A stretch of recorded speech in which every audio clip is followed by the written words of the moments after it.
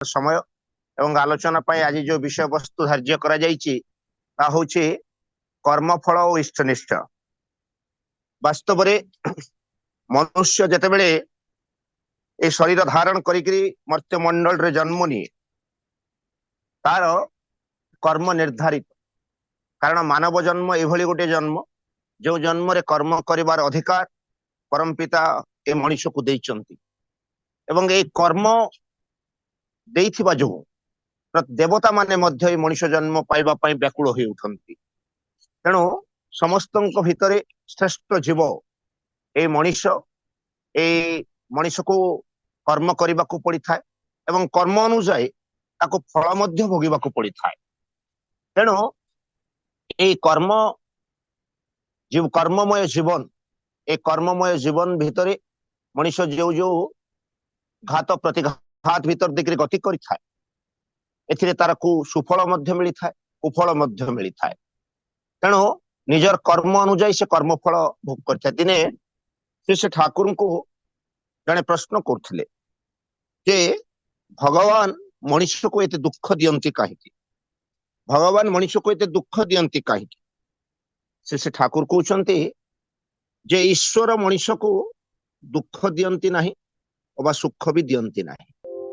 मनुष्य निजर कर्म अनुଯାयी तार फल भोग करिथाय। एथिरे परम पितांकर कौन से हाथ ना।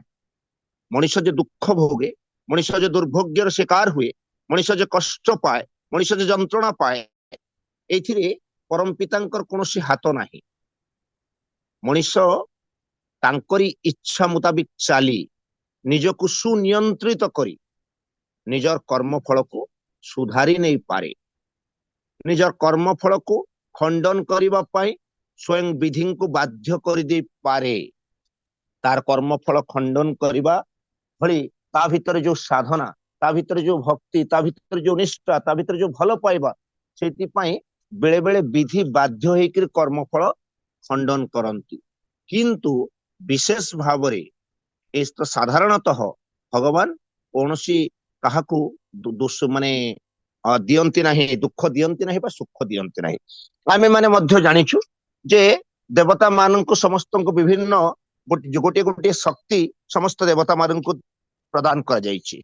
काहाकू जलर देवता, काहाकू वायुर देवता, काहाकू वृष्टिर देवता, एभली भावरे इंद्र वरुण पवन एभली विभिन्न देवता मान को आमे विभिन्न शक्तिर उत्स भावरे विभिन्न शक्तिर रूप भावरे आमे तांको पूजा करि थाउ। ठीक से भले न्यायर देवता बा ए कर्म फल प्रदानकारी देवता शनिदेव को कहा जाए।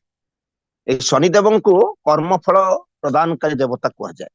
अनेकंकर मनरे एपरी मनुष्य ठारू आरंभ कर देवता पर्यंत समस्ते शनिदेवंकर उपस्थिति हेले शनिदेवंकर उपस्थिति को देवता माने मध्य अशय बोध करंती। आमे बेले बेले विभिन्न पुराण शास्त्र रे आमे माने देखिछु। एवं शनिदेवंकर जेतेबेले शनि दशा चले मनुष्य बा देवता बा विभिन्न समस्त भयभीत हो जाती जे मते शनि दशा पड़ेला मते एकला। प्रकृत रे शनिदेव कहा प्रति अन्याय करंती नाही।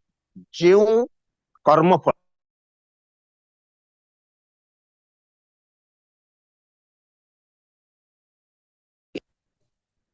जहा न्यायोचित से कर्म ही से करंती।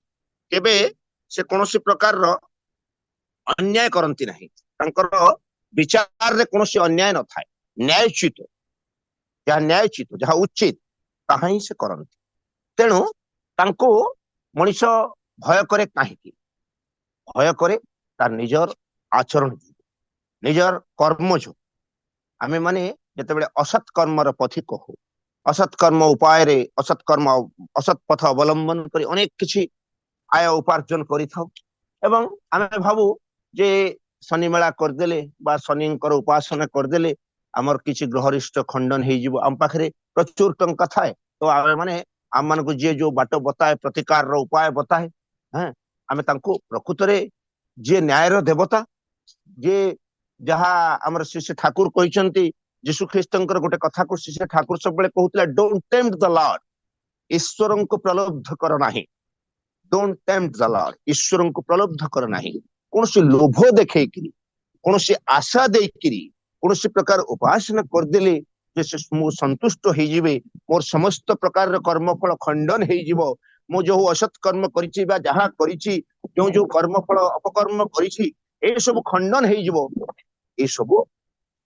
सब आउ तो ही नुहे कारण जीशु ख्रीष्ट जो कथा डोंट टेम्प्ट द लॉर्ड से ठाकुर मध्य कहते ईश्वर को प्रलोभ कर ना तेणु ईश्वर को तुम कौन लोभ देखी कौन प्रकार आज मंदिर कम चलती मंदिर लक्षे 2 लक्ष 5 लक्ष देदेली लक्षे टंका धर जो आम नर्लार सत्संग श्रीमंदिर चलती मुझे लक्षे टंका 2 लक्ष टंका देदेली आउ आशा रखी मु जो उपाय अवलंबन कर जो किसी असत उपाय टंका रोजगार करी जो टंका रोजगार करी एठी मु लक्षे 2 लक्ष देदेली मोर कर्मफल किसी खंडन हो चिंताधारा रखुवा व्यक्ति विशेष ठाकुर भावादर्श आध्यात्मिक जगत रे एथिरे कौन स्थान ना ठाकुर कहते असत कर्म लब्ध धन जा ता मते देवाकू जाओ नाही सेथिरे तो तुमर कौन लाभ हेबो ही नाही मु मध्य सुसंदीप्त होई उठिबी नाही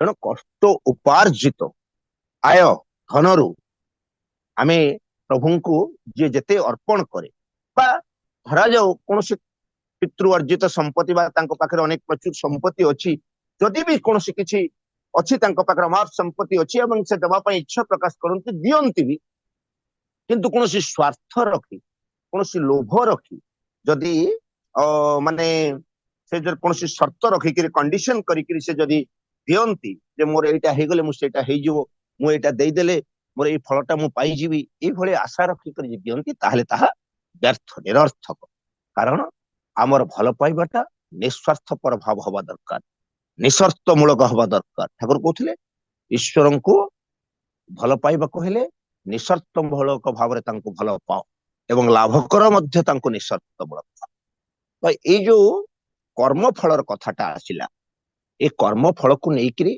अनेक प्रकार कथा रही एपरिक स्वयं विधि जेतेबेले से नर रूप धारण करके आसीथिले मर्त्य मंडल रे से मनुष्य रूप रे लीला करिसेंती विशेष करी त्रेतया जुगरे मर्यादा पुरुषोत्तम प्रभु रामचंद्रंकर गाथा द्वापर जुगरे लीलामय लीला पुरुषोत्तम प्रभु कृष्णचंद्रंकर गाथा एवं कलि जुगरे ए जुगर जुग पुरुषोत्तम से ठाकुर अनुकूल चंद्रंकर गाथा तांकर जीवन चर्चा को जदि आमे अनुध्यान करिबा तांकर जीवन दिव्य जीवन को जदि आमे विश्लेषण करिबा तेबे तांको जीवन रे मध्य कम दुख नाही तांको जीवन रे मध्य कम कष्ट नाही तांको जीवन रे मध्य कम झड़ झंझा घात प्रतिघात आसी नाही ए सबु मध्य कर्म फलर अंश विशेष स्वयं निजे स्वयं विधि जे इस जगत सारा जगत पाई समस्त जीव जगत पाई समस्त जे विधान सृष्टि करिसंती स्वयं जे विधान स्रष्टा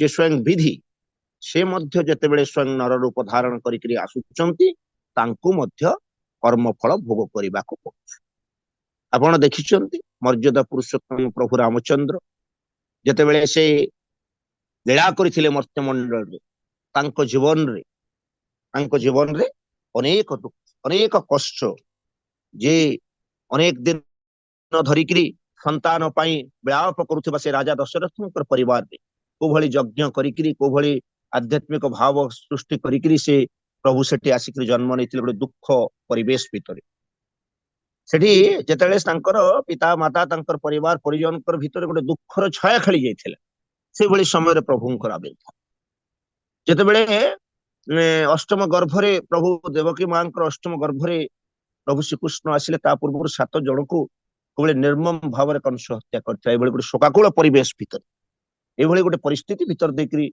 प्रभु कृष्ण जन्म श्री माता मनमोहिनी देवींकर एकमात्र भ्राता जोगेंद्र कुमार लोहा तांकर मृत्यु एवं ये गोटे शोकाकुल परिवेश भितर ता परवर्ती अवस्था से ठाकुर आविर्भाव तेणु जन्म रुहे जीवन रे दुख झड़ झंझा घात प्रतिघात जन्म होउचंती झड़ झंझा घड़घड़ी बिजुली वर्षा मारुची जे कौन व्यक्ति विशेष मध्य से झड़ झंझा घड़घड़ी बिजुली वर्षा भितर कई जने कमला शिशुटी को लेकर जीवाई इच्छा प्रकाश करिबो ना किंतु वसुदेव ତାଙ୍କର ନିର୍ଦ୍ଦେଶକୁ ପାଳନ କରି ତାଙ୍କୁ ନେଇ ସେ ଯାଇକିରି ଗୋପପୁରରେ ପହଞ୍ଚେଇ ଦେଇକିରି ଆସିଥିଲେ। ସ୍ୱୟଂ ଯେ ବିଧି, ସ୍ୱୟଂ ଯେ ମାନେ ବିଧାତା, ତାଙ୍କୁ ମଧ୍ୟ এই କର୍ମଫଳ ଭୋଗ କରିବାକୁ ପଡିଛି ଏବଂ ସେଇ ଅନୁସାରେ ମାନବୀୟ କର୍ମ ତାଙ୍କୁ କରି ମଣିଷ ରୂପ ନେଲା ମାନେ, ମଣିଷ ରୂପ ଧାରଣ ନେଲେ ସେ କର୍ମ ତାଙ୍କର ଅଧୀନ, ସେ କର୍ମର ବହୁତ ଉର୍ଦ୍ଧ୍ୱରେ, ତାଙ୍କୁ କୌଣସି କର୍ମଫଳ ତାଙ୍କୁ ସ୍ପର୍ଶ କରିପାରେ ନା। ଯେ ସେ ଯେଉଁ ଧାମର ସେ ପୁରୁଷ, ସେଇ ଦାଲ ଧାମର ସେ ସ୍ରଷ୍ଟା, ଅଷ୍ଟାଦଶ ସ୍ତର ସେ ଦିବ୍ୟ ନାମର ସେ ହେଉଛନ୍ତି ନାମୀ ପୁରୁଷ। ତେଣୁ ସେ ତାଙ୍କର କୌଣସି କର୍ମଫଳ ନାହିଁ, ତାଙ୍କର କର୍ମଫଳ ଭୋଗ କରିବାର ନାହିଁ। ଦେବତା ମାନେ ମଧ୍ୟ ସେ କର୍ମଫଳରୁ ମୁକ୍ତ। ଦେବତା ମାନଙ୍କୁ ମଧ୍ୟ ଈଶ୍ୱରଙ୍କର ଆଶୀର୍ବାଦ, ସେମାନେ କର୍ମଫଳରୁ ମୁକ୍ତ, ତାଙ୍କର କୌଣସି ଭୋଗ କରିବାକୁ ପଡେ ନାହିଁ। କିନ୍ତୁ ମଣିଷ ଜନ୍ମ ନେବା ମାତ୍ରେ ତାଙ୍କୁ କର୍ମଫଳଟା ଭୋଗ କରିବାକୁ ପଡିଥାଏ। ଏଇ ଯୋଉ କର୍ମ ଆମେ କରୁ, ଏ କର୍ମଟା ତିନି ପ୍ରକାର। ଗୋଟେ ହେଲା କ୍ରିୟମାଣ କର୍ମ, ଏ ଗୋଟେ ପ୍ରାରବ୍ଧ କର୍ମ ଫଳ, ଆଉ ଗୋଟେ କ୍ରିୟମାଣ କର୍ମ ଫଳ, ଆଉ ଗୋଟେ ସଞ୍ଚିତ କର୍ମ ଫଳ। এই ତିନୋଟି କର୍ମଫଳ ଆମକୁ ଜୀବନରେ ଭୋଗ କରିବାକୁ ପଡିଥାଏ। ପ୍ରଥମଟା ହେଲା ପ୍ରାରବ୍ଧ କର୍ମଫଳ। ଆମେ ପୂର୍ବ ଜନ୍ମରେ ଯୋଉ ଯୋଉ କର୍ମ କରିଥାଉ, সেই ଅନୁସାରେ এই ଆମର ଏଇ ଜନ୍ମରେ ଆମର ଜନ୍ମ ନିର୍ଦ୍ଧାରିତ ହେଇଥାଏ। କିଏ ଜଣେ ରାଜା ଘରେ ଜନ୍ମ ହଉଛି, ତ କିଏ ଜଣେ ଗରିବ ପର୍ଣ୍ଣ କୁଟୀର ବାସୀ ହେଇକରି ଜନ୍ମ ହଉଛି। କିଏ ଜଣେ ଦେଶର ବିଶିଷ୍ଟ ବ୍ୟକ୍ତି ବିଶେଷ ହେବାର, ଗରିବ ଘରେ ଜନ୍ମ ହେଇକରି ବି ଦେଶର ବ୍ୟକ୍ତି ବିଶେଷ ହେବାର ସୌଭାଗ୍ୟ ଅର୍ଜନ କରୁଛି, ତ କେହି ଜଣେ ପୁଣି ବିରାଟ ବଡ ଧନୀ ଘରେ ଜନ୍ମ ହେଇ ଆଉ ଦିନେ ରାସ୍ତାର ଫକୀର ହେଇଯାଉଛି। এই ସବୁ ଆମର ମାନେ ଏଇ ଯୋଉ କର୍ମଫଳ, ବିଭିନ୍ନ କର୍ମଫଳ ର ଆମର ସୂଚି ପ୍ରାରବ୍ଧ କର୍ମକୁ ନେଇକିରି ଆମେ ଏଇ କର୍ମଫଳ ଭୋଗ କରିବା ଆରମ୍ଭ କରୁ ଆମର ଜୀବନରେ ଆରମ୍ଭ ହୁଏ। ତେବେ এই ପ୍ରାରବ୍ଧ କର୍ମଫଳ କିଛି ଭୋଗ କଲା ପରେ ଆମର ଏଇ ଜନ୍ମର ଲୀଳା ଯେତେବେଳେ ଆରମ୍ଭ ହେଇଯାଏ, এই ଲୀଳା ଆରମ୍ଭ ହେଲେ ଆମର ମାନବୀୟ ଲୀଳା ଠାରୁ ଆମର ଯୋଉ କର୍ମ ଆମେ କରୁ ସେ ହଉଛି କ୍ରିୟମାଣ କର୍ମ। ପ୍ରାରବ୍ଧ କର୍ମଫଳ ଆମକୁ ଭୋଗ କରି କରି ଚାଲୁ, ପୁଣି କ୍ରିୟମାଣ କର୍ମର ଫଳ ମଧ୍ୟ ଆମକୁ ଭୋଗ କରିବାକୁ ପଡେ। ଆମର ପ୍ରାରବ୍ଧ କର୍ମ ଯଦି ସୁକର୍ମ ହେଇଥାଏ, ତାହେଲେ ଆମେ ସୁଫଳ ଭୋଗି ଭୋଗି ଚାଲୁ। ଏବଂ ତତ୍ପରେ ଆମେ ଯେତେବେଳେ ମଣିଷ ଜନ୍ମ ନେଇକରି ଏ ଜନ୍ମରେ ଆମର ଜନ୍ମ କରିକିରି ଆମର କାର୍ଯ୍ୟ ଆରମ୍ଭ କରୁ, ଲୀଳା ଆରମ୍ଭ କରୁ, ସେତେବେଳେ ଯଦି ଆମର କ୍ରିୟମାଣ କର୍ମ ମଧ୍ୟ ସୁକର୍ମ ହୁଏ, ସତ୍ ପଥରେ ଆମେ ପରିଚାଳିତ ହଉ, ସତ୍ ବୁଦ୍ଧି ଦ୍ୱାରା ନିୟନ୍ତ୍ରିତ ହଉ, ଆଦର୍ଶ ଇଷ୍ଟ ଆଦର୍ଶଙ୍କୁ ମଥାରେ ବହନ କରିକରି ଚାଲୁ, ସତ୍ ପଥରେ ପରିଚାଳିତ ହଉ। କାରଣ ସତ୍ ହଉଛି ଆସିଛି ଅସ୍ଥାତୁ, ଏ ଅସ୍ଥାତୁ ଯାହାକି ଆମର ଅସ୍ତିତ୍ୱକୁ ଯେ ବଜାୟ ରଖେ, ଯାହାଙ୍କର ଆରାଧନା କଲେ ସେଇ ସତ୍ର ମୂର୍ତ୍ତ ପ୍ରତୀକ ହଉଛନ୍ତି ସେଇ ଇଷ୍ଟ ଆଦର୍ଶ। ତେଣୁ ତାଙ୍କୁ ଜୀବନରେ ଗ୍ରହଣ କରି ତାଙ୍କରି ପ୍ରଦର୍ଶିତ ଏଇ ଯଜନ ଯାଜନ ଇଷ୍ଟଭୂତି ସ୍ୱସ୍ତୟନୀ ସଦାଚାର ପରିପାଳନ କରି ନିଷ୍ଠା ମାନେ ନିୟତ ଭାବରେ ଲାଗି ରହିବା, ବିଶେଷ ଭାବେ ଲେগে থাকা, ତାକୁ କୁହନ୍ତି ନିଷ୍ଠା।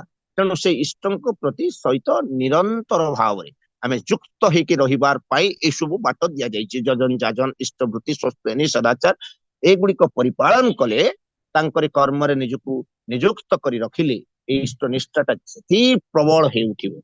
ଏବଂ ଆମର କର୍ମଫଳ ଯଦି କର୍ମଫଳ ହୁଏ, ପ୍ରାରବ୍ଧ କର୍ମର ଭଲ ଫଳ ଯଦି ଥାଏ, ଭଲ ଫଳ ଭୋଗ କରୁ ଏବଂ ତଦନୁପାତିକ ଆମେ ଆନନ୍ଦ ପାଉ। ଜୀବନରେ ଦେଖାଯାଏ ଯେ ଅନେକ ଲୋକ ବିଭିନ୍ନ ପ୍ରକାର ଠାକୁରଙ୍କୁ ପଚାରି, ସେ ତ ଅନେକ କୁକର୍ମ କରୁଛି, ବିଭିନ୍ନ ପ୍ରକାର ଖରାପ କାମରେ ଲିପ୍ତ, କିନ୍ତୁ ତଥାପି ତା ପାଖରେ ଏତେ ଧନ, ଏତେ ସମ୍ପତ୍ତି, ଏତେ ଆନନ୍ଦ, ଏତେ ଅୟସରେ ତାର ଜୀବନ ବିତଉଛି, ସେ କିନ୍ତୁ ଅସତ୍ କର୍ମ କରୁଛି। ଠାକୁର କହୁଛନ୍ତି ଏଇଟା ତାର ପୂର୍ବାର୍ଜିତ କର୍ମର ଫଳ। ସେ ପୂର୍ବ ଜନ୍ମରେ ବହୁତ ଅନେକ ସୁକର୍ମ କରିଛି, ତେଣୁ ଈଶ୍ୱର ତାକୁ ଦୟା କରିକି এই ଜନ୍ମରେ ତାକୁ ସେ ଆନନ୍ଦ ଉପଭୋଗ କରିବାର ଅଧିକାର ଦେଇଛନ୍ତି। କିନ୍ତୁ ଏ ଜନ୍ମରେ ସେ ଯୋଉ ତାର ଅବହେଳା କରୁଛି, ତାର ଯୋଉ ଅପବ୍ୟବହାର କରୁଛି, କିନ୍ତୁ ତାର ଶେଷ ପରିଣତି এই ଜନ୍ମରେ ମଧ୍ୟ ହୁଏତ ଯୋଉ କ୍ରିୟମାଣ କର୍ମର ଫଳ ତାକୁ ଭୋଗ କରିବାକୁ ପଡିପାରେ। ଏବଂ ସଞ୍ଚିତ କର୍ମଫଳ ପୁଣି ପ୍ରାରବ୍ଧ ହେଇକି ଯେତେବେଳେ କର୍ମଫଳ ପରବର୍ତ୍ତୀ ଜନ୍ମରେ ତାର ଜୀବନରେ ଅନେକ ଦୁଃଖ କଷ୍ଟ ଦୁର୍ବ୍ୟବ ଆସିବ ହିଁ ଆସିବ। ତେଣୁ ଆମକୁ ଆମର କ୍ରିୟମାଣ କର୍ମଟାକୁ ମଧ୍ୟ, କାରଣ ପ୍ରାରବ୍ଧ କର୍ମ ବିଷୟରେ ମଣିଷ ସାଧାରଣତଃ ମାନେ ଅଜ୍ଞ ଥାଏ। ଏ ବିଷୟରେ ସାଧାରଣତଃ କୌଣସି ଜଣଙ୍କର ହାତ ନଥାଏ। ମୋର ହାତ ନାହିଁ, ମୋର ପ୍ରାରବ୍ଧ କର୍ମଫଳ ଉପରେ ସାଧାରଣତଃ ଅନେକ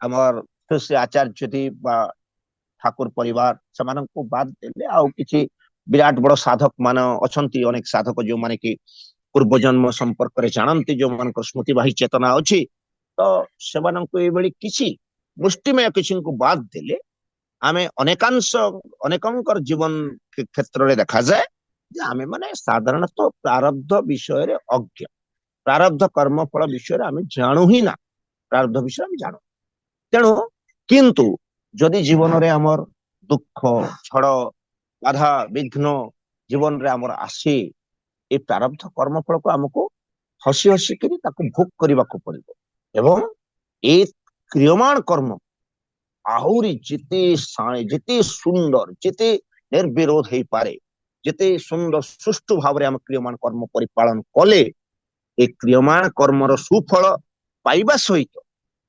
प्रारब्ध कर्म फल मध्य किछि खंडन हबार खंडन चलिबो जा ठाकुर कहउचंती जे अपकर्मर फल तोर कटुछि कि ना अपकर्मर फल तोर पुंजीभूत अपकर्मर फल तोर कटुछि कि ना भल भाव देखिने मन तोर इष्ट निशारे छुटुछि कि ना पुंजीभूत अपकर्मर फल तोर कटुछि कि ना भल भाव देखिने मन तोर इष्ट निशारे छुटुछि कि ना मोर जो पुंजीभूत अपकर्म ताहा प्रारब्ध हो बा क्रियमाण हो ए प्रारब्ध रे मु खराब किछि कर्म करिछि अपकर्म करिछि से कर्मर फल हो बा एई जन्मर क्रियमाण कर्म एई जन्म रे हुए तो मु किछि अपकर्म करिछि परवर्ती अवस्था रे इष्ट आदर्श को धरि चलिबा परे हुए तो मु परिवर्तित होइछि मु परिवर्तन होइछि मो जीवन रे शांति खुशी आनंद आसीछि किंतु से जो अपकर्म करिछि जहा भी करिछि जहा जेते बेले करिछि ज्ञात सार रे हो बा अज्ञात सार रे हो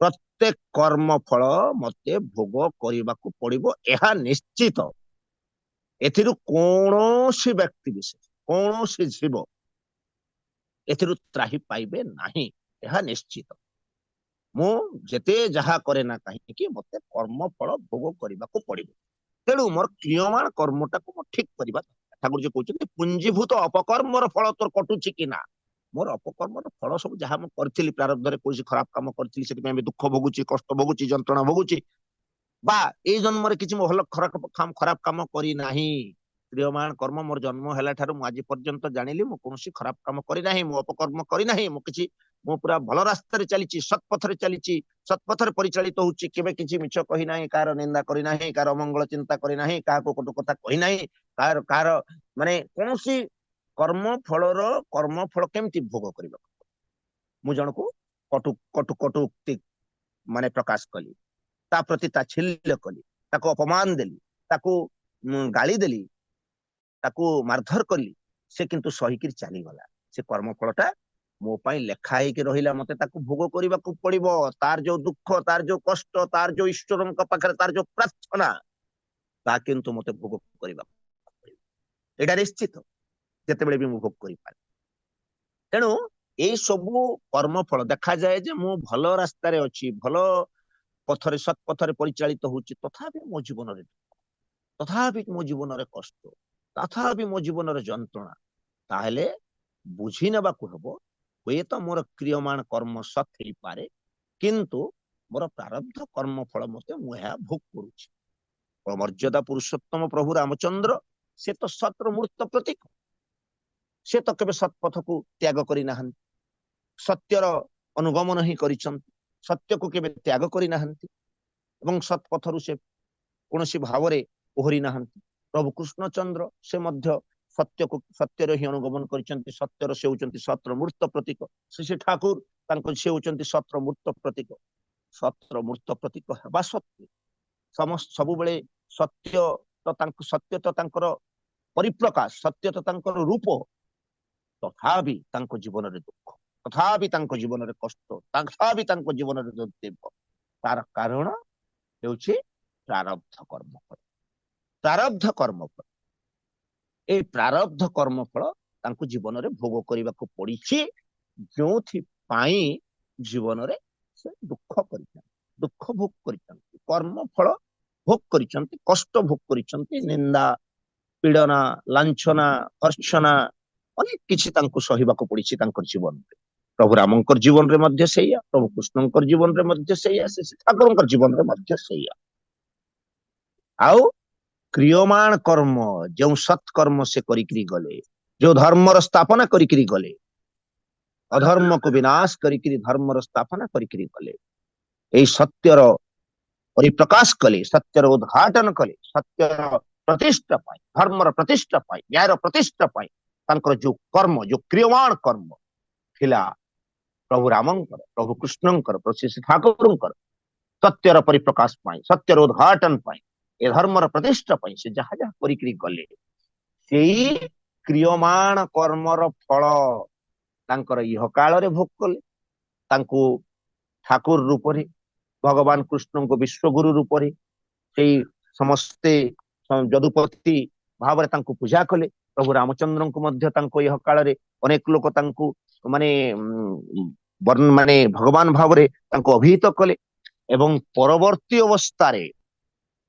तांकर जो संचित कर्मफल से जो एक क्रियमाण कर्म से जो यह काल करथिले सेई संचित कर्मफल जहा किछि संचित कर्मफल सुफल किछि शेष जीवन रे पाइले एवं परवर्ती अवस्था ताहा प्रारब्ध हे आज पर्यंत हजार हजार वर्ष परे भी आज प्रभु रामचंद्रंकर तांकर प्रतिष्ठा प्रभु कृष्णचंद्रंकर प्रतिष्ठा प्रभु रामचंद्रंकर गुण गुणराजिर वर्णना तांकर ए गुण कीर्तिर वर्णना आज भी ए मर्त्य मंडल रे चलीथिबो मध्य जेते दिन पर्यंत सूर्य चंद्र आतजात होउथिबे सेते दिन पर्यंत प्रभु रामचंद्रंकर गाथा प्रभु कृष्णचंद्रंकर गाथा श्री ठाकुरंकर गाथा ए महिमंडल रे तांकर गुण कीर्ति वर्णना हे चलीथिबो तांकर गुण कीर्तिर समस्ते वंदना करी चलीथिबे एटा होची तांकर क्रियमाण कर्म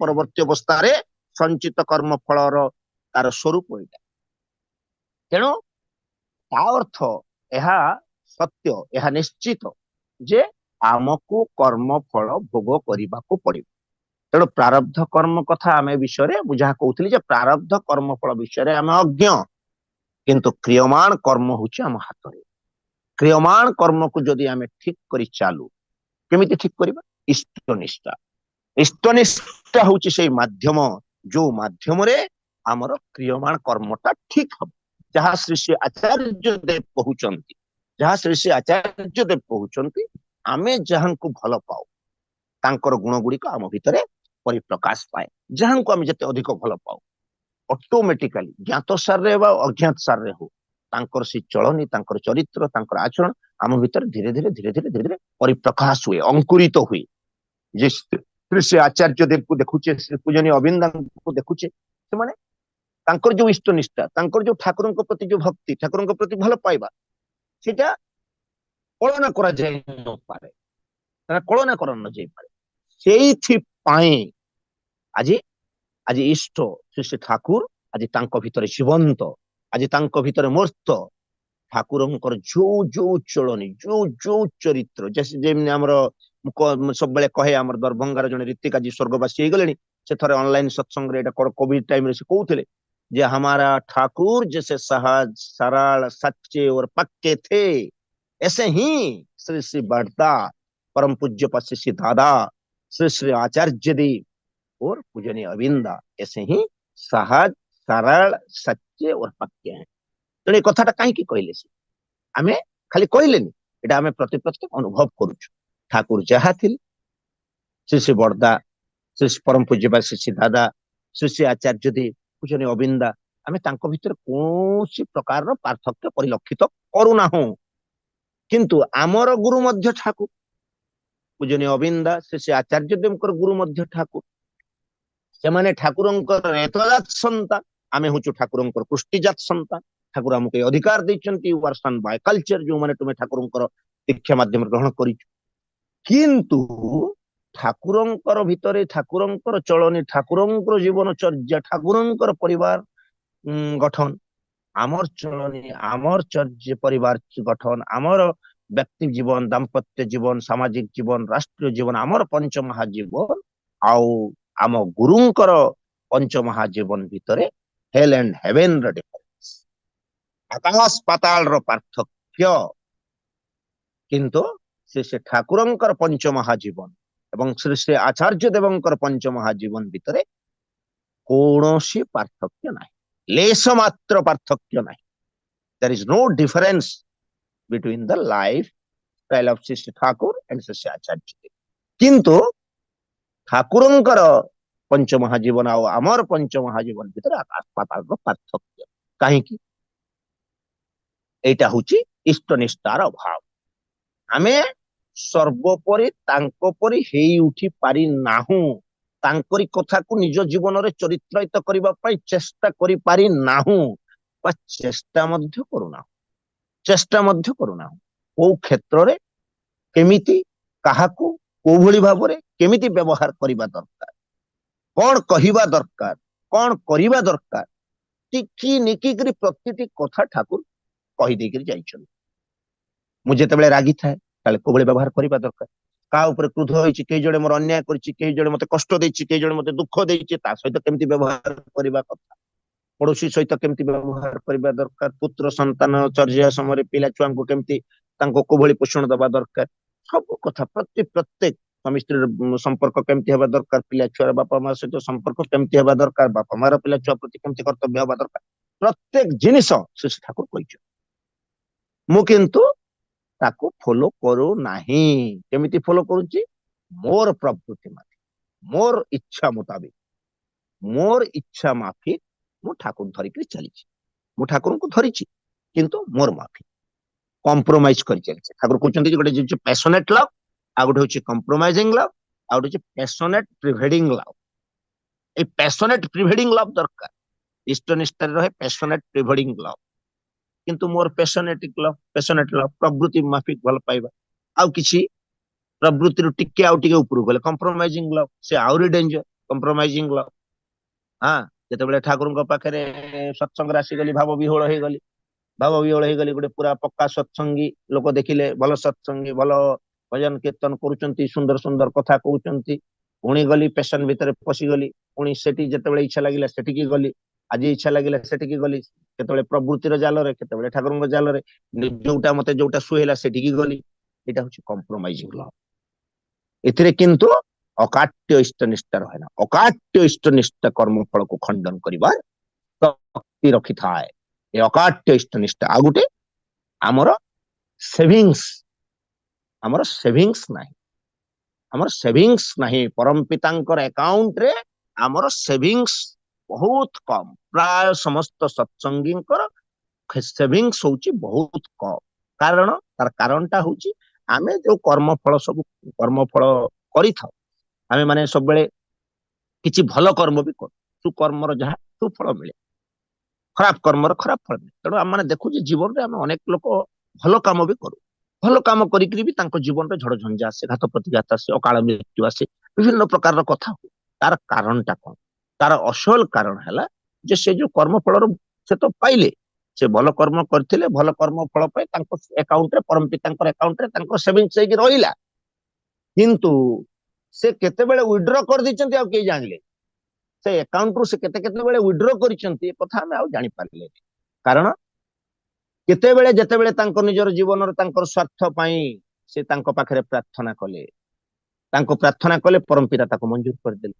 ଦେଖିଲେ ଇଏ କୌଣସି ଜିନିଷ ପାଇଁ ସେ ମାଗୁଛନ୍ତି, ଏତେ ଭଲ କାମ କରିଛନ୍ତି, ଏତେ ଜିନିଷ କରିଛନ୍ତି, ଆଉ କିଏ ମାଗିଲେ, ଜଣେ ଲୋକ ମାଗିଲେ, ମୋର ଗୋଟେ ଜଣେ ଲୋକ ଅନେକ ଉପକାର କରିଛି, ମତେ ଅନେକ ଗୋଟେ ଲୋକ ସାହାଯ୍ୟ କରିଛି, ଆଉ ସେ ମତେ ମାଗୁଛି, ମାଗିବା ଠାରୁ ହୀନ ନାହିଁ, ଆଉ ଦେବା ଠାରୁ ପୁଣ୍ୟ ନାହିଁ। ତେଣୁ ଏ ଯୋଉ ମାଗିଲେ ସେ ଆଉ ରହିପାରନ୍ତି ନାହିଁ, ନ ଦେଇକି ଦେଇ ଦିଅନ୍ତି, ଦେଲା ମାନେ ପରମ ପିତାଙ୍କର ଆକାଉଣ୍ଟରୁ ମୋର ସେଭିଙ୍ଗସ ଗଲା। ତେଣୁ ସବୁବେଳେ ଯଦି ନିଷ୍କାମ ଭକ୍ତି ରଖେ, କୌଣସି ପ୍ରକାର କାମନା ବାସନା ନ ରଖିକି ତାଙ୍କର କର୍ମ କରି ଚାଲୁ, ଏବଂ ତାଙ୍କୁ ପ୍ରଭୁ ତୁମରି ଇଚ୍ଛା ହିଁ ମଙ୍ଗଳ, ତୁମରି ଇଚ୍ଛା ହିଁ ମୋ ଭିତରେ ପୂର୍ଣ୍ଣ ହଉ, ଏଇ ଭାବ ନେଇକିରି ଯଦି ଚାଲୁ, ତାହେଲେ ଯେତେ ବଡ କର୍ମ ଫଳ ହଉନା କାହିଁକି ତାକୁ ଖଣ୍ଡନ କରିବାର ଏକାଟ୍ୟ ଇଷ୍ଟନିଷ୍ଠ, ଆଉ ତାଙ୍କର ନିରନ୍ତର ଭାବରେ ତାଙ୍କ ସହିତ ଲାଗି ରହି, ନିଃସ୍ୱାର୍ଥପର ଭାବରେ ଭଲ ପାଇ, ନିଃସର୍ତ୍ତମୂଳକ ଭାବରେ ଭଲ ପାଇ ଯଦି ଆମେ ଜୀବନରେ ଚାଲୁ, ତାହେଲେ ଆମେ ନିଶ୍ଚିତ ଭାବରେ ଆମେ ସେ କର୍ମଫଳକୁ ଖଣ୍ଡନ କରିବାର ଶକ୍ତି ଲାଭ କରିପାରିବା, କର୍ମଫଳକୁ ଖଣ୍ଡନ କରିଦେଇ ପାରିବା। ଏଟା ସମ୍ଭବ। ଆମେ ଦେଖୁ ଅନେକଙ୍କ ଜୀବନରେ ଅନେକଙ୍କ ଉଦାହରଣ ଦେଖୁ ଆମେ ସବୁ ଯେ ଠାକୁରଙ୍କର ସମୟରେ କବି ଦେଖିଛୁ, ଶ୍ରୀ ଶ୍ରୀ ବରଦାଙ୍କର ସମୟରେ ବି ଦେଖିଛୁ, ଶ୍ରୀ ଶ୍ରୀ ଦାଦାଙ୍କର ସମୟରେ ବି ଘଟିଛି, ଆଚାର୍ଯ୍ୟ ଦେବଙ୍କର ସମୟରେ ବି ଘଟିଛି। ଅନେକ ଲୋକ ତାଙ୍କର ଜୀବନରେ ସେମାନେ ତ୍ରାହି ପାଇଯାଇଛନ୍ତି, ମୃତ୍ୟୁ ମୁଖରୁ ରକ୍ଷା ପାଇଯାଇଛନ୍ତି। ପୁଣି ଅନେକ ଲୋକଙ୍କର ଏଇଭଳି ଉଦାହରଣ ମଧ୍ୟ ଦେଖୁଛୁ ଠାକୁରଙ୍କର ସମୟ ଠାରୁ ଆରମ୍ଭ କରି ବର୍ତ୍ତମାନ ପୂଜନୀୟ ଅବିନ୍ଦାଙ୍କର ସମୟ ପର୍ଯ୍ୟନ୍ତ ଆମେ ଦେଖୁଛୁ। ଅନେକ ଲୋକଙ୍କର ଅକାଳ ମୃତ୍ୟୁ ହେଇଯାଉଛି, ଅନେକ ଲୋକଙ୍କର ଜୀବନରେ ଦୁଃଖ ଆସୁଛି, ଅନେକ ଲୋକଙ୍କର ଜୀବନରେ ଝଡ଼ଝଞ୍ଜା ଆସୁଛି, ଘାତ ପ୍ରତିଘାତ ଆସୁଛି। ତେଣୁ ବିଭିନ୍ନ ପ୍ରକାରର କଷ୍ଟ, ବିଭିନ୍ନ ପ୍ରକାର ଏଇ ଏକ୍ସାମ୍ପଲ ମଧ୍ୟ ଦେଖୁଛୁ।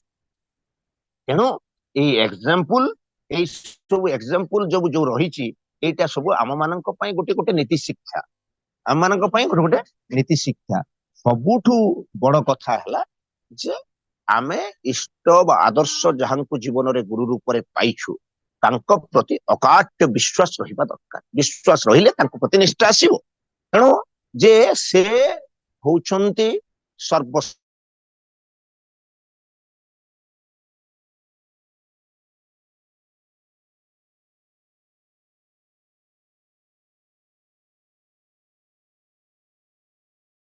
सरोज भाई ऑडियो कटिगला, ऑडियो आसुनी। सरोज भाई फोन आसला कि? हेलो सरोज भाई आप ऑडियो आसुनी। हेलो सरोज भाई आप ऑडियो आसुनी, शुभुनी। हेलो हेलो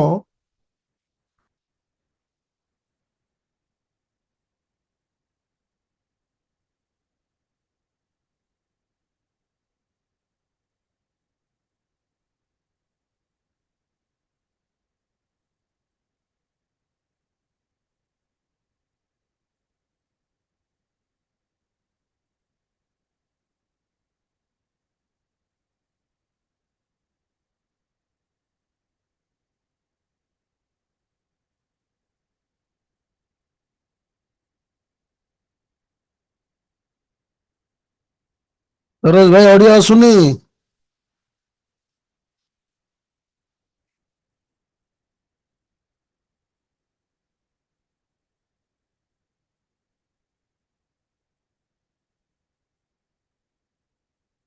सरोज भाई अलग मोबाइल जॉइन करूँ, कौन असुविधा है कि?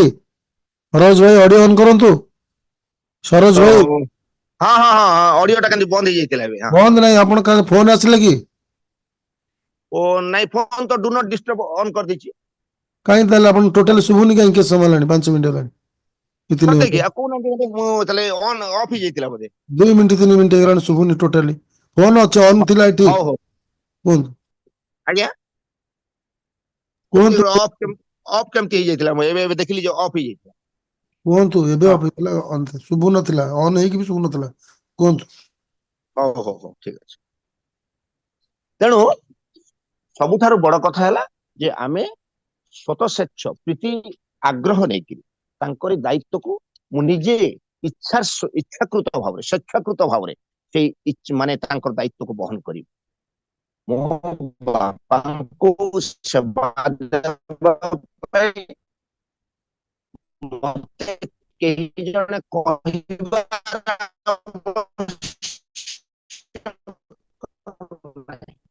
और बापा मां दायित्व नापी मत कई जन संतति भल पाती से स्वार्थ न था। तेणु आमे माने कौन स्वार्थ रखिकी भल पाइबा उचित नुह। थे से दिन गोटे देखुली जड़े माने गोटे जड़े बापा वृद्ध पिता से 2 संतान एवं गोटे झी 3 जन को भितर से 3 जन को डाकिकी लक्षे लक्षे टंका दौर लक्षे टंका लेखा देकर कहते तुम्हें जाइकरी गोटे लोक खोजिक देख जे जो लोक तुमको बिना स्वार्थ तुमको भल पाए यही जड़े बिना स्वार्थ जो भल पाउ से भाया लोक पाइले ताकू तुम्हें ये लक्षे टंका देदेव और ता सहित फोटो उठेक मो पाक आण जे बड़ पुओटा से पाठ साठ पढ़ी माने मूर्खटा किंतु आउ 2 जन बहुत एजुकेटेड जे से पुओटा आउ गोटे पुओ आउ गोटे झील से बहुत एजुकेटेड ସେମାନେ ଚିନ୍ତା କରିଛନ୍ତି ଏ ବାପାଙ୍କର ବୁଦ୍ଧି ନାହିଁ ଏ ଦୁନିଆରେ ପୁଣି ସମସ୍ତେ ତ ସ୍ୱାର୍ଥପର ଆଉ ଏମିତିଆ କିଏ ମାନେ ସ୍ୱାର୍ଥ ନଥାଇକିରି ଭଲ ପାଇବା ଲୋକ ଅଛି ଏଇଟା ବେକାର ବେକାର ଯାହା ହଉ 1,00,000 ଦେଇଛନ୍ତି ଝିଅ କହୁଛି ମୁଁ ଯାଇକି ଗୋଟେ ଭଲ ଚେନ୍ କିଣି ଆଣିବି ସେ ଯାଇକି ସୁନା ଚେନ୍ ଟେ କିଣି ଆଣିଲା କେହି ଲୋକ ମିଳିବେନି ବେକାର ବେକାର ଖୋଜିକିରି ସମୟ ନଷ୍ଟ କରିକି ଲାଭ ନାହିଁ ସେ ଯାଇକି ଗୋଟେ ଚେନ୍ କିଣି ଆଣିଲା ଆଉ ଗୋଟେ ସେ ପିଲା ଯିଏ ଥିଲା ସେ କହିଲା ଏଇଟା ଭଲ ମୌକା ମିଳିଛି ଏଇ ସମୟରେ ଯାଇକିରି ମୁଁ ଗୋଟେ କାର ଗୋଟେ ଧରି ଆସେ ସେ ଯାଇକିରି କାର ଧରି ଆସିଲା କହିଲା କିଏ ସ୍ୱାର୍ଥ ନଥିବା ଲୋକ ଇଏ ଯୋଉ ପିଲାଟା ଇଏ ତ ପାଠ ସାଠ ପଢିନି ଇଏ ଟିକେ ଖୋଜାଖୋଜି କଲା କିଏ ବାପା ଯେତେବେଳେ କହିଛନ୍ତି ମାନେ ନିହାତି ସେ ମିଳେ ଲୋକ ଗୋଟେ କେହି ଥିବେ ଯିଏ ସ୍ୱାର୍ଥ ନ ରଖିକିରି ଭଲ ପାଉଥିବା ଲୋକ ହଁ ଦୁନିଆରେ କିଏ ଅଛି ସେ ଜଣଙ୍କର ସଂସ୍ପର୍ଶରେ ଆସିଲେ ଜଣେ ଲୋକ ସେ ଲୋକ କହୁଛନ୍ତି ଆଉ ତମେ ଖୋଜୁଛ କଣ ସେ ତ ତମ ଘରେ ଅଛନ୍ତି ବାପା ମା ଛଡା ଆଉ କିଏ ଅଛି ଦୁନିଆରେ ମାନେ ଯିଏ କି ସ୍ୱାର୍ଥ ନ ରଖିକିରି ଭଲ ପାଉଥିବା ଲୋକ ସେଇ ବାପା ମା ହିଁ ଅଛନ୍ତି ତେଣୁ ଇଏ କହିଲେ ଆପଣ ତ ବହୁତ ଭଲ ଉତ୍ତରଟେ କହିଛନ୍ତି ତାପରେ ସେ ଯାଇକିରି ତାଙ୍କ ବାପାକୁ ସେ 1,00,000 ଦେଇକିରି ପାଦରେ ମାନେ ମୁଣ୍ଡିଆ ମାରୁଛନ୍ତି କହୁଛନ୍ତି ବାପା ସ୍ୱାର୍ଥ ନଥିବ ସେ କହୁଛନ୍ତି ତୁ ପାଠ ନ ପଢିକିରି ବି ଇଏ ସବୁ କିଛି ଜାଣିଛି କହୁଛି ତାଙ୍କ ସବୁ ସମ୍ପତ୍ତି ସେ କହୁଛନ୍ତି ମୁଁ ଆ ନାଁରେ କରିଦେବି ଏ ଦି ଜଣ ପୁଣି କହୁଛନ୍ତି ତାଙ୍କୁ କେସ୍ କରିବୁ ବାପାଙ୍କ ନାଁରେ ସେ 2 ଜଣ ଯାଇକି ଯୋଉମାନେ ଚେନ୍ ଆଉ କାର କିଣିକି ଆଣିବା ଲୋକ ତେଣୁ ତାଙ୍କର ଭଲ ପାଇବା ଭିତରେ ମାନେ ସ୍ୱାର୍ଥ ରହିଛି ଏଇ ଯୋଉ ପିଲାଟା କିଛି ନ ଜାଣିଥିଲେ ମଧ୍ୟ ତାର ଭଲ ପାଇବାର କୌଣସି ସ୍ୱାର୍ଥ ନାହିଁ ତେଣୁ ଆମର ଭଲ ପାଇବା ଆମର ବାପା ମା ଯେମିତି ଆମକୁ ନିଃସ୍ୱାର୍ଥ ଭାବରେ ଭଲ ପାଆନ୍ତି କୌଣସି ସ୍ୱାର୍ଥ ରଖିକିରି ଭଲ ପାଆନ୍ତି ନାହିଁ ତେଣୁ ବାପା ମାଙ୍କର ଯେମିତି ଆମର ମଧ୍ୟ ବାପା ମାଙ୍କ ପ୍ରତି ସେଭଳି ନିଃସ୍ୱାର୍ଥପର ଭଲ ପାଇବା ରହିବା ଦରକାର ଠିକ ସେଇଭଳି ପୁରୁଷୋତ୍ତମ ଯେତେବେଳେ ମଣିଷ ରୂପ ଧାରଣ କରିକିରି ଆସନ୍ତି ତାଙ୍କ ଭଲ ପାଇବାରେ ମଧ୍ୟ କୌଣସି ସ୍ୱାର୍ଥ ନଥାଏ କୌଣସି ସ୍ୱାର୍ଥ ରଖିକିରି କୌଣସି ଲୋଭ ରଖିକିରି କୌଣସି ଆଶା ରଖିକିରି ସେ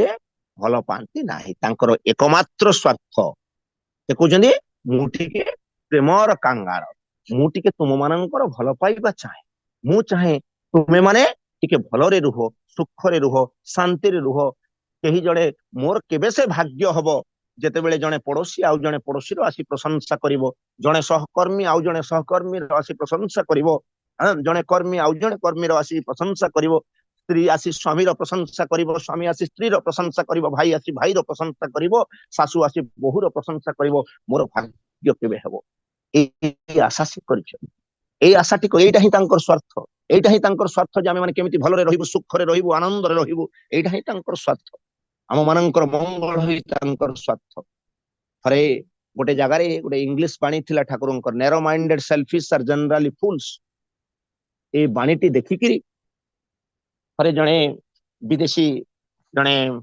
ଜ୍ଞାନୀ ମହିଳା ସେ ଆସିଛନ୍ତି ଏବଂ ତାଙ୍କୁ କହୁଛନ୍ତି ଠାକୁର କହୁଛନ୍ତି ମୋର କେତେଟା ଇଂଲିଶ ବାଣୀ ଅଛି ଆପଣ ସେ ଇଂରାଜୀ ବାଣୀ ଗୁଡାକ ଭିତରେ ହୁଏତ କିଛି ତ୍ରୁଟି ଭୁଲ ଥାଇପାରେ ଆପଣ ଟିକେ ଦେଖିଲେ ସଂଶୋଧନ କଲେ ହବ ତାପରେ ତାଙ୍କୁ ଯେତେବେଳେ ଦେଖେଇଛନ୍ତି ସେ ତାଙ୍କର ଏଇଟା ଦୃଷ୍ଟି ପଡିଛି ଏଇ ବାଣୀଟା ନେରୋ ମାଇଣ୍ଡେଡ ସେଲଫିଶ ଆର୍ ଜେନେରାଲି ଫୁଲ୍ସ ସେ ଦେଖିଲା ପରେ ସେ କହୁଛନ୍ତି ଠାକୁର ଏଇଟା ଟିକେ ଅତିରଞ୍ଜିତ ହେଇଯାଇଛି ନେରୋ ମାଇଣ୍ଡେଡ ୱାର୍ଡ ଟା ଲଗେଇକି ଏଇ ସେଣ୍ଟେନ୍ସ ଟା ଟିକେ ମାନେ ଅତିରଞ୍ଜିତ ହେଇଛି ତେଣୁ ଏଇ ନ୍ୟାରୋ ମାଇଣ୍ଡେଡ ୱାର୍ଡ ଟାକୁ କାଟିଦବା ଦରକାର କାରଣ ଯେଉଁମାନେ ସେଲଫିଶ ସେମାନେ ଫୁଲ ଯେଉଁମାନେ ସେଲଫିଶ ଜେନେରାଲି ଦେ ଆର୍ ଫୁଲ୍ସ ତ ଏଇ ନ୍ୟାରୋ ମାଇଣ୍ଡେଡ ଶବ୍ଦ ଆଉ କିଛି ଆବଶ୍ୟକ ନାହିଁ ଏଇଟା ଅତିରଞ୍ଜିତ ଠାକୁର କହୁଛନ୍ତି ଠିକ ଅଛି ଏଇଟା କାଟିଦିଅ ସେତେବେଳେ ପାଖରେ ବସିଥିବା ଅନେକ ଜ୍ଞାନୀ ଗୁଣୀ ଭକ୍ତ ଠାକୁରଙ୍କର ସମୟରେ ଅନେକ ଶିକ୍ଷାବିତ ଅନେକ ବିଶିଷ୍ଟ ବ୍ୟକ୍ତି ବିଶେଷ ଯେମିତି ପ୍ରଫୁଲ୍ଲଦା ନନିଦା କେଷ୍ଟଦା କୃଷ୍ଣ ପ୍ରସନ୍ନ ଭଟ୍ଟାଚାର୍ଯ୍ୟ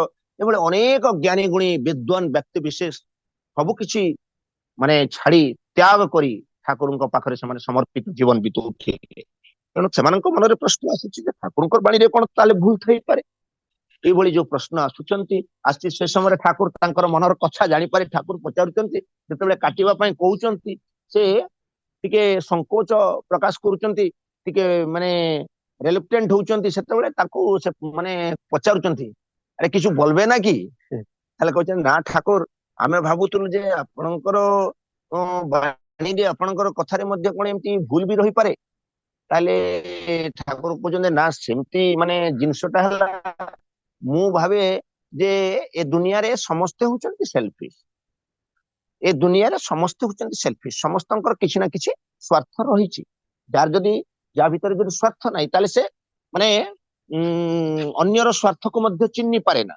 ଯଦି ଜଣେ ମଣିଷ ସ୍ୱାର୍ଥପର ନ ହୁଏ ତାହେଲେ ଅନ୍ୟର ସ୍ୱାର୍ଥକୁ ସେ ଚିହ୍ନି ପାରେ ନା ତେଣୁ ଅନ୍ୟର ସ୍ୱାର୍ଥକୁ ଜାଣିବା ପାଇଁ ହେଲେ ନିଜ ସ୍ୱାର୍ଥ କଥା ମଧ୍ୟ ଚିନ୍ତା କରିବାକୁ ହୁଏ।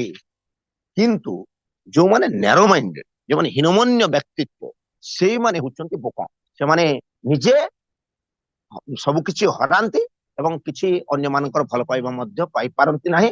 ସେମାନେ ଅତି ଚାଲାକ ହେବାକୁ ଯାଇ ଏଇ ହୀନମନ୍ୟତାର କୁ ଆଶ୍ରୟ ଦେଇକିରି ସେମାନେ ଶେଷରେ ସବୁ କିଛି ହରାନ୍ତି ଏବଂ ଅନ୍ୟମାନଙ୍କର ମାନେ ଭଲ ପାଇବାର ଶେଷରେ ବଞ୍ଚିତ ହୁଅନ୍ତି। ତେଣୁ ସେଇ ଯୋଉ ନ୍ୟାରୋ ମାଇଣ୍ଡେଡ ସେଲ୍ଫିଶ ଆଟେମ୍ପ୍ଟ ବୋଲିକରି ମୁଁ କହିଛି। ସେତେବେଳେ ସେ ବିଦେଶୀ ମହିଳା ଜଣକ ହାତ ଯୋଡ଼ିକିରି କ୍ଷମା ମାଗିଛନ୍ତି, ଠାକୁର ଏଥିରେ ମୋର ବୁଝିବାରେ ଭୁଲ ଥିଲା, ଆପଣଙ୍କର କହିବା ପ୍ରକୃତରେ ଠିକ। ତେଣୁ ଆମମାନେ ଏଇ ନିଃସ୍ୱାର୍ଥପର ଭାବରେ, ନିଃସର୍ତ୍ତ ଚିତ୍ତରେ, ନିଃସର୍ତ୍ତ ଭାବରେ ସେଇ ପରମ ପିତାଙ୍କୁ ଭଲ ପାଇବା ଏବଂ ଆମର ଏଇ ଯେ କର୍ମଫଳ, ଏ କର୍ମଫଳଟାକୁ କେମିତି ନିୟନ୍ତ୍ରିତ କରିବା। ହୁଏତ ପ୍ରାରବ୍ଧ କର୍ମ ଫଳରେ ଆମର କିଛି କଷ୍ଟ ଦୁଃଖ ଯନ୍ତ୍ରଣା ଭୋଗ କରିବାର ଥାଇପାରେ, ତାକୁ କିଛି ସମୟ ଭୋଗ କଲୁ, କିନ୍ତୁ କ୍ରିୟମାଣ କର୍ମ ଯୋଉଟା ଆମର ହାତରେ ଅଛି ତାକୁ ପ୍ରତି ମୁହୂର୍ତ୍ତରେ ଜ୍ଞାତ ସାରରେ ହେବ ଅଜ୍ଞାତ ସାରରେ ହଉ, ଆମର ଯେ କର୍ମଫଳ ପ୍ରତି ମୁହୂର୍ତ୍ତରେ ଆମ ମାନଙ୍କର ଭାଗ୍ୟ ଲିପିରେ ଲେଖା ହେଇ ଚାଲିଛି, ଏଇଟା କିନ୍ତୁ ଆମେ ବୁଝିପାରୁନା। ମାଣ୍ଡବ୍ୟ ଋଷି ସେ କିଛି ନାହିଁ, ଗୋଟେ କଙ୍କିରେ ଫୋଡିଥିଲେ, କଣ୍ଟା ଫୋଡିଥିଲେ, ତାଙ୍କୁ ଯମଦଣ୍ଡ ଶୂଳି ଦଣ୍ଡ ତାଙ୍କୁ ଦିଆଗଲା। ଶୂଳି ଦଣ୍ଡ ପାଇକି ଯେତେବେଳେ ଗଲେ, ସେ କହିଲେ ମୁଁ ତ ମୋ ଜୀବନରେ କୌଣସି ଅସତ୍ କର୍ମ କରିନାହିଁ, ତାହେଲେ ମତେ ଏଇ ଶୂଳି ଦଣ୍ଡ ମିଳିଲା କେମିତି? ନାଇଁ, ଆପଣ ଛୋଟ ଛୁଆ ଥିଲା ବେଳେ ସେ କଙ୍କିରେ ସବୁ କଣ୍ଟା ଫୋଡିଥିଲେ। ସେ କହୁଛନ୍ତି ଆରେ ଛୁଆ ବେଳେ ବାଳୁତ ସମୟରେ ଯୋଉ କଥା କରାଯାଏ ସେଟା ଅପରାଧ ନୁହେଁ, ତୁମେ ଜାଣିନାହ, ଆଉ ସେଇଥିପାଇଁ ମତେ ତୁମେ ଶୂଳି ଦଣ୍ଡ ଦେଇକିରି ଠିକା ହେଇଛ। ତାପରେ ସେ ଅଭିଶାପ ଦେଇଛନ୍ତି ଯମକୁ, ଯମ ଯାହା କଷ୍ଟ ଭୋଗିବା କଥା ଭୋଗିଛନ୍ତି ତାଙ୍କର ଋଷିଙ୍କର ଅଭିଶାପ। ଯାହା ହଉ, ତେଣୁ ପ୍ରତ୍ୟେକ ବ୍ୟକ୍ତି ବିଶେଷକୁ ପ୍ରତ୍ୟେକ କର୍ମ ପାଇଁ ଆମକୁ କର୍ମଫଳ ଭୋଗ କରିବାକୁ ପଡିଥାଏ। ସେଥିପାଇଁ କୁହାଯାଏ ସାଧୁ ସାବଧାନ। ଆମେ ଭଲ ରାସ୍ତାରେ ଚାଲିଥିଲେ ବି, ଭଲ କର୍ମ କରୁଥିଲେ ବି, ବିଭିନ୍ନ ଅନେକ ସମୟରେ କେତେବେଳେ ନା କେତେବେଳେ ଆମେ ଟିକେ ସ୍ୱାର୍ଥପର ମନୋଭାବ ନେଇକିରି, କେତେବେଳେ ନା କେତେବେଳେ ଆମେ ଗୋଟେ ଲୋଭର ବଶବର୍ତ୍ତୀ ହେଇକିରି, କ୍ରୋଧର ବଶବର୍ତ୍ତୀ ହେଇକିରି, କାମର ବଶବର୍ତ୍ତୀ ହେଇକିରି, ଏ ପ୍ରବୃତ୍ତି ଗୁଡିକ ଏଇଭଳିଆ ଜିନିଷ ଯେ କେତେବେଳେ ନା କେତେବେଳେ ଆମକୁ କାବୁ କରି ନେଇପାରେ। କ୍ରୋଧର ସମୟରେ ଆମେ ହିତାହିତ ଜ୍ଞାନ, ଲୋଭର ସମୟ କ୍ରୋଧ, ଲୋଭ, ମୋହ, ଏଇ ସବୁ ଯେତେ ଏଇଟା ମଣିଷର ଯେତେବେଳେ ଚରମ ସ୍ଥିତିରେ ପହଞ୍ଚିଯାଏ, ଏଇସବୁକୁ ଆମେ ମାନେ ଏଇ ପ୍ୟାସନ ଗୁଡିକୁ ଆମେ ଇଷ୍ଟଙ୍କ ଦିଗରେ ମଧ୍ୟ ଆମେ ତାକୁ ବିନିଯୋଗ କରିପାରିବା।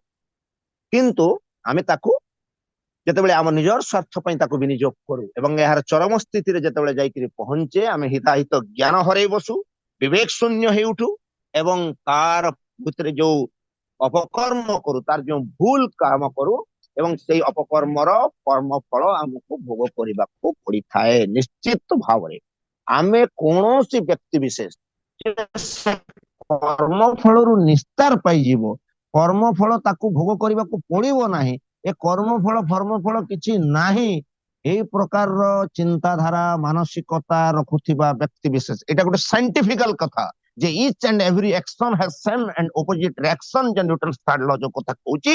ତେଣୁ କର୍ମଫଳ ଭୋଗ କରିବାଟା ମଧ୍ୟ ବିଜ୍ଞାନ ସମ୍ମତ କଥା, ଏଥିରେ କୌଣସି ଅନ୍ଧବିଶ୍ୱାସ ନାହିଁ। କର୍ମଫଳ ମତେ ଭୋଗ କରିବାକୁ ପଡିବ, ଏଇଟା ବିଜ୍ଞାନ ସମ୍ମତ କଥା। ତେଣୁ ନିଶ୍ଚିତ ଭାବରେ ଆମେ ଏ କର୍ମଫଳ ଯାହା ହଉନା କାହିଁକି, ଆମର କର୍ମ କଥା ଆମେ ସବୁବେଳେ ଶୁଭ କର୍ମ, ସୁକର୍ମ, ସତ୍ କର୍ମ, ସତ୍ ପଥରେ ନିଜକୁ ପରିଚାଳିତ କରିବା, ଇଷ୍ଟଙ୍କୁ ଜୀବନରେ ମଥାରେ ବହନ କରି ଚାଲିବା, ତାଙ୍କ ପ୍ରତି ଇଷ୍ଟନିଷ୍ଠା ଯେତେ ମାନେ ଅକାଟ୍ୟ ହବ, ଅକାଟ୍ୟ ଇଷ୍ଟନିଷ୍ଠା ଆମର କର୍ମଫଳକୁ ମଧ୍ୟ ସେତେ ସୁନ୍ଦର କରି ତୋଳିବ, ଆମକୁ ଗୋଟେ ସୁନ୍ଦର ମଣିଷରେ, ଭଲ ମଣିଷରେ, ଗୋଟେ ଦେବଦୁର୍ଲଭ ମଣିଷରେ ରୂପାନ୍ତରିତ କରି ତୋଳିବ, ଏଥିରେ କୌଣସି ସନ୍ଦେହ ନାହିଁ। ପରିଶେଷରେ ପ୍ରତି ପ୍ରତ୍ୟେକଙ୍କର ଶାନ୍ତି, ସ୍ୱସ୍ତି, ସାର୍ବିକ ମଙ୍ଗଳ କାମନା କରି ମୋର କଥା ଶେଷ କରୁଛି। ଜୟ ଗୁରୁ।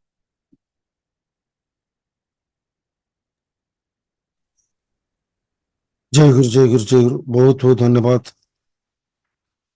प्रोफेसर सरोज कुमार जेना, अधुर्जु सत्संग केन्द्र नाला कलाहांडी।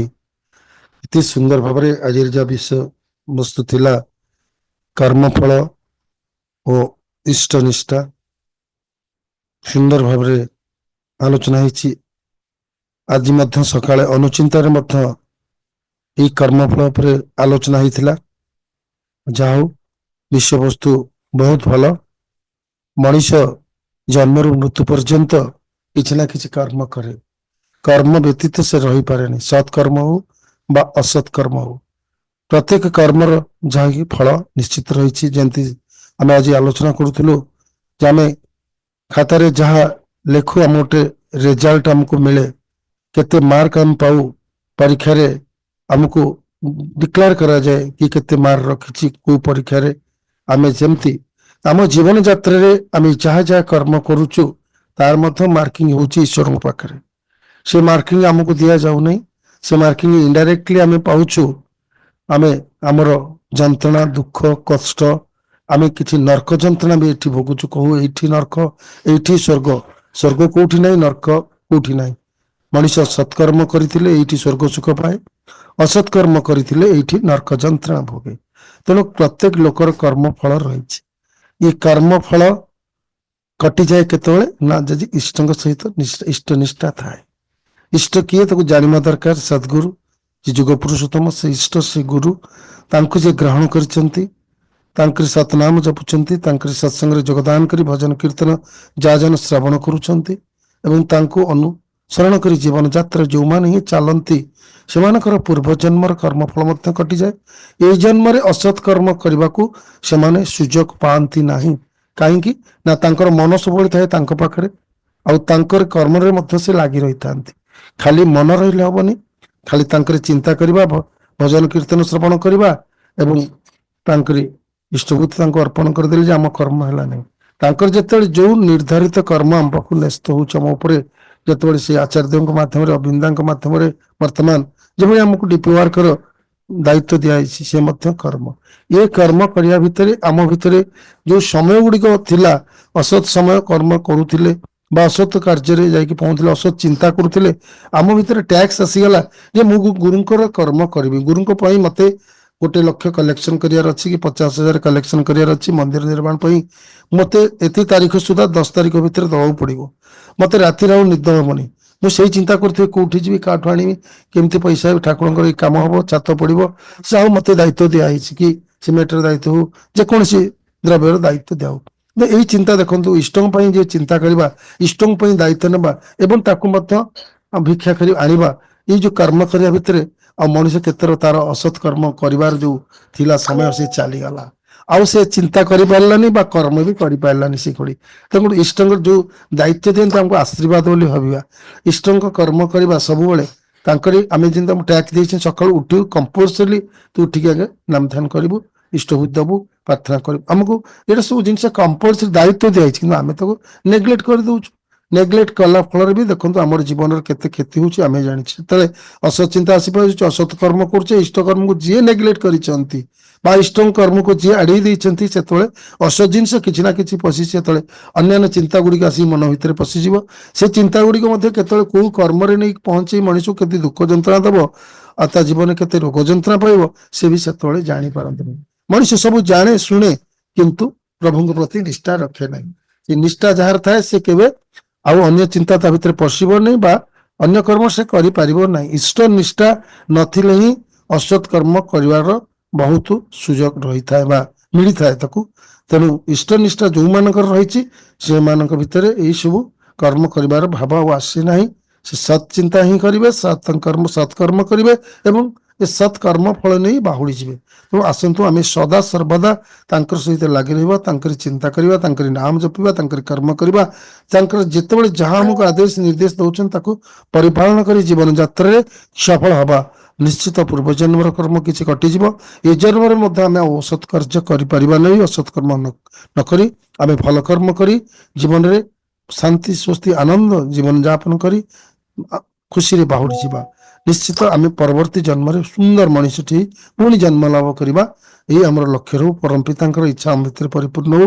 ପ୍ରଭୁଙ୍କ ପାଖେ ସମସ୍ତେ ଏଇ ପ୍ରାର୍ଥନା ଜାଣିବା, ପ୍ରଭୁ ମତେ ସେଇ ବୁଦ୍ଧି, ସେଇ ଜ୍ଞାନ, ସେଇ ଚିନ୍ତା ଦିଅ, ମୁଁ ଯେମିତି ଅସତ୍ ଚିନ୍ତା, ଅସତ୍ କର୍ମ କରିବି ନାହିଁ। ଯୋଉ ଚିନ୍ତା, ଯୋଉ ଜ୍ଞାନ ହିଁ ମତେ ସବୁବେଳେ ତୁମରି ପାଖରେ ରଖିଥିବ, ତୁମରି ମନ କଥା ମନେ ପକାଉଥିବ, ତୁମରି କର୍ମରେ ଲଗେଇଥିବ, ତୁମକୁ ନେଇ ସବୁବେଳେ ଯେମିତି ମୁଁ ତୁମରି ହାତ ଧରି ଚାଲୁଥିବି, ଆଉ ଭୁଲ କରିବିନି କି ଆଉ ଖରାପ ରାସ୍ତାରେ ଯିବି ନାହିଁ କି ଝୁଣ୍ଟିବି ନାହିଁ କି କାନ୍ଦିବି ନାହିଁ କି ଦୁଃଖ ଭୋଗିବି ନାହିଁ। ମତେ ଏଇଭଳି ଆଶୀର୍ବାଦ କର।